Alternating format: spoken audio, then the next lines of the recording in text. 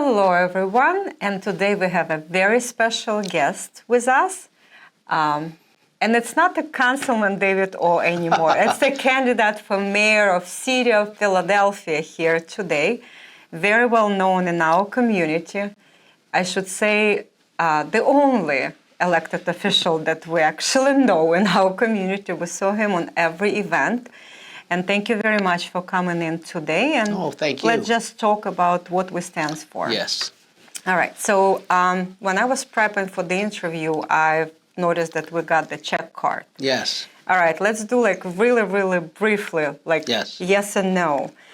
So your position versus Cheryl Park. So I'm going to do the Parker's part, and you're going to do yours. Yes. How about that? Okay.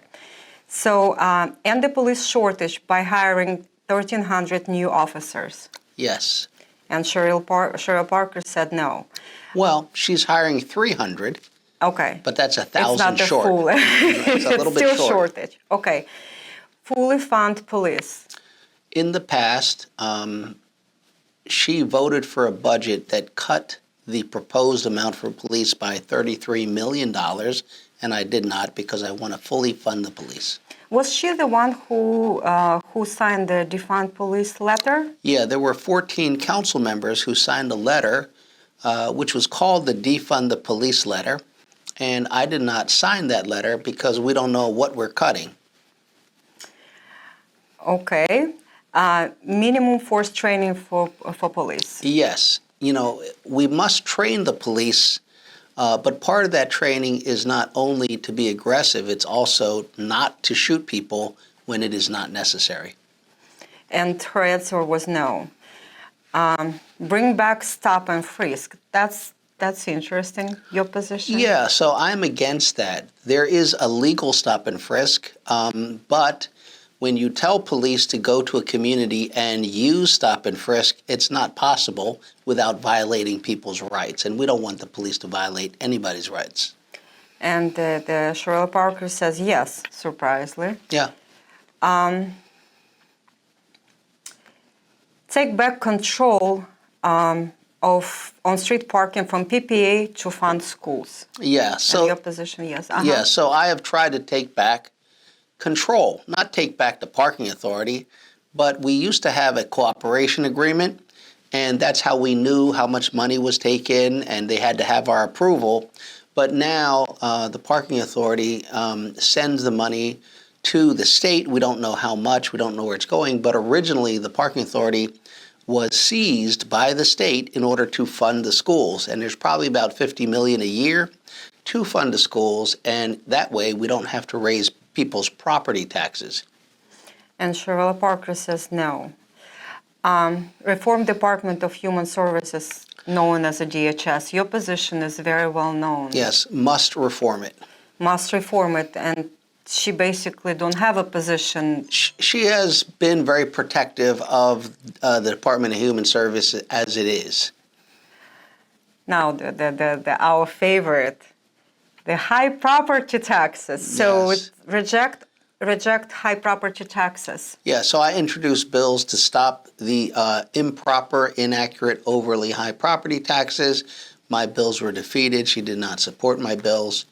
Therefore, we have these very high, inaccurate property taxes.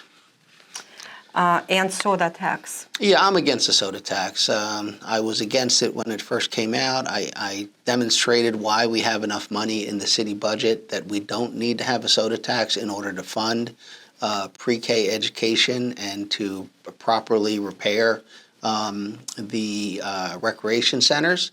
The soda tax is primarily on poor people, because everyone probably who can buy their sodas outside of the city limits, that's what they do. But people inside the city, especially who can't travel much, they pay the brunt of that soda tax. That's a very important point here. Protect homeowners from squatters. That's concern in our community. A lot of them is landlords. Yeah, so I introduced a bill, and the bill was defeated. I introduced it again. It's so simple. If you own a house, property, it's your house. If someone breaks into your house and you call the police, they should be removed from your house. But what happens is you are told to go to court, and that could take 9 months. And in the meantime, they're living in your house. They are using your utilities. You cannot turn off the utilities, and you have to get a lawyer. It's a very long process. And they know it's a long process. That's why I don't leave. But what I did was I just sped up the process so that if someone is in your house, the police don't arrest them or make them leave. You could get into court within 10 days, and a judge will order them out. That's a fair and efficient way to do it. Oh, absolutely. So this little page, like, Yeah. is two-sided. So what I've noticed, knowing what you've done, that this is not the campaign points. It's actually what you stands for and what you did in the past being the city council. Right. So some of those points could not be made Right. just because there is a majority of votes required. So Right. when you're going to be a mayor, that's going to be a different story. Yes. So you're the boss of the city, so you could just make it happen. Yeah, for many things, not everything. Some things are laws that are passed by the city council, but some of the laws, for example, the city council passed a law that prevents police from doing legal car stops. So if someone has a expired registration or some other problem, the city ordinance says the police cannot stop the car, but that is state law. State law allows the police to stop the car. So when I am mayor, the police are going to stop these cars. And we recover much more items like illegal weapons on these car stops than on something like stop and frisk, because for the most part, that stop and frisk, that's just to harass people. They're not actually stopped because they have a weapon or anything like that. But yesterday during the debates was very interesting point that you made regarding the police. It's not like a one-sided street. So let's just like give police all the power and let Right. them do whatever. But we need to actually bring back police officers to protect the neighborhoods, but being a human being, Right. not to harass people. And that Right. was actually a great point that I'm sure that our communities appreciate a lot. When the police serve the public by obeying the law themselves and enforcing people's rights, they feel better about their job, and the community respects the police, and it helps with community policing, because we cannot have real public safety if the police and the community are at odds. So we want the police to be, able to serve the people and the people to accept that service. Also, on the other side, like, Yes. I've noticed there's like very few of actual bills that you were putting through the city council. None of them, some of them went, it was very difficult to get them through. Yes. But some of them actually went through. It's not implemented to the point that we like, especially about the tractor trailer parking, illegal dumping. Yes. So that, luckily for us, it's actually passed through, but it was not implemented because there is no mechanism. Now it's up to the mayor to actually do it. The mayor can do it. Absolutely. So also, what I've noticed here, and I know what you were doing in the city council, how many bills you were proposing, and how many initiatives actually were making. I actually, knowing the city council, I don't remember Sherelle Parker actually introduced the bill. From the top of your head, like, did she introduce it? Except the resolutions. Let's put the resolutions. She didn't introduce too many bills. The bill I remember is the one that got rid of my protection of homeowners from squatters. That's the one I remember. Beautiful. That's wonderful. That was a good bill. All right. So, of course, on everybody's minds, it's like three major questions. Yes. First is the security. Our security. The crime situation in Philadelphia, it's over the top. Yeah. So what is your position? How are you going to actually do it? Well, the difference between me and the current mayor and district attorney is they are choosing what laws to enforce and what laws not to enforce. So, for example, the mayor his job is not to make the law, is to enforce the law. But our mayor is not telling police not to arrest certain drug dealers. not to arrest people who steal things from stores, and not to arrest people who are looting and vandalizing stores if they do it after some protest. These are all things I disagree with. And what I believe is that people have a right, because those laws are put into place through a process, and then people, they have a right to expect that their rights will be protected by the police, particularly their own safety. So I will hire the 13 or 1,500 police officers that we are short, and I will be able to hire them because they will want to work for me and want to work for the city. Right now they don't, but it's very simple. They need to understand what their job is, to enforce the law as written in a colorblind, fair, and even-handed manner. And that way we don't get into you should have or you shouldn't have enforced this law or that law. It's on the books. You know, they know what it is. And the mayor has to stand with them, make sure they're safe, give them the right type of technology, and ensure that the public is safe as well. But I'm not dropping any standards. But what I will do in order to hire police is I'm going to go to people in our National Guard, our military. I'm going to open up hiring for immigrants, people who speak more than one language, maybe some of the people viewing here. I'm going to also increase the level of technologies to make the police job much more efficient, effective, and safe. And I'm going to get rid of some of the obstacles for people who want to be a police officer. Believe it or not, there are people who are well qualified to enter our police academy, but they have some debt, like credit card debt or something they didn't pay. And because of the debt, they cannot get a job with our city. I don't believe that, people having some debt is a reason they cannot become a police officer. When they get the job, they will pay their debt down. And we know they have a debt, so we'll watch over them. But, they will have health care, they'll have a good job.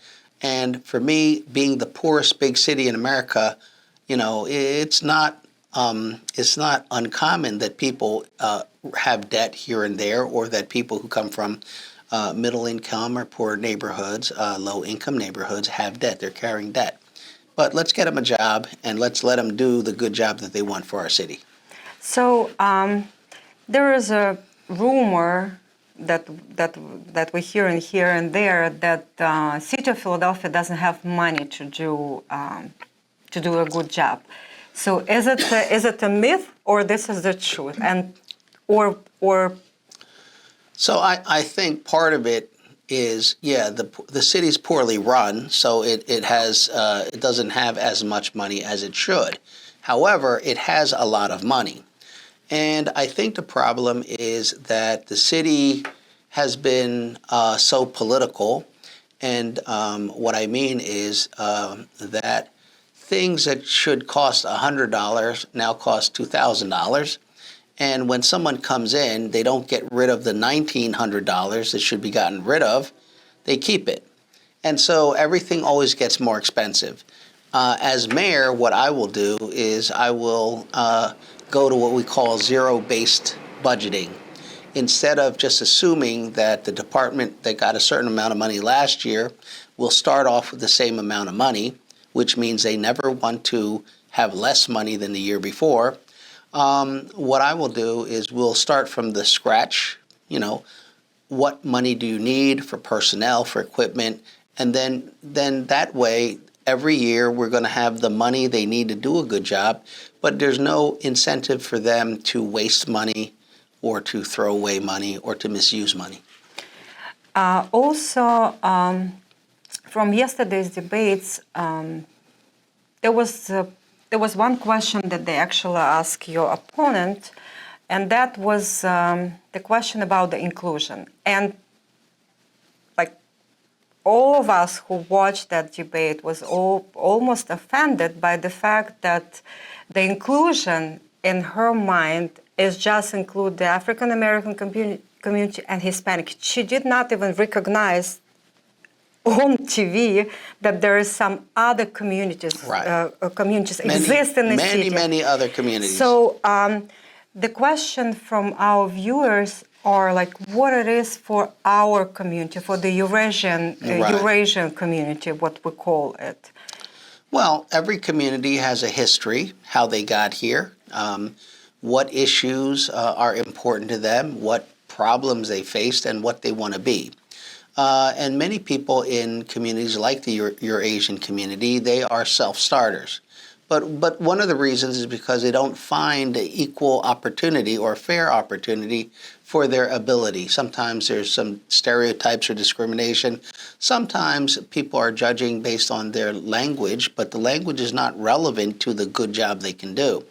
And so for me, I want the good work that can be done, and I want to ensure that our city is paying attention to each and every community. And those communities have a lot to offer our city. And if we help them succeed, they will help us be a great city. And so I think what we will find in the future is a more global attitude in our city, more opportunities for international trade, for arts, for music, for technology, those type of things. And I think more of the opportunities for people in our community to do business with our city, to have contracts with our city, to advise our city as consultants, and to serve in high positions in our city. Thank you so much, David. It was beautiful answers. We Thank loved you. it. And it's not like we have to introduce your position in our community. You're pretty much very well known in our community. And it's funny because none of the elected officials could not even pronounce the countries that our community is represented. Yeah. Like they never could say Kazakhstan and Kyrgyzstan, and they don't know the difference, but Right. they could not pronounce it. But you've been in our community for all these years. Yes. And it's not like, you just run it just now before the election. Right. So we do appreciate your work as a city council for all these 11 years of you serve as an elected official, that your attention to our community, to different communities, because we're all different, even though we're called the Eurasian community. And we really appreciate what you've done so far. And we're really, really hoping, and we're going to put our vote on it, that on November 7th, I like how we put it, November to remember. November 7th, we all want to put our vote. We want to push the button to say yes. We trust you, and we want you to be the mayor, and finally did what you couldn't done while you were in the city council. So thank you very much, David. All right. Thank you very much. Thank you. Напоминаю всем, 7 ноября, красный день календаря, мы идем голосовать все. Невзирая на ваши политические воззрения, мы просто идем на избирательные участки. Нордист Филадельфия, проявите, пожалуйста, свою активность. Спасибо большое, до свидания.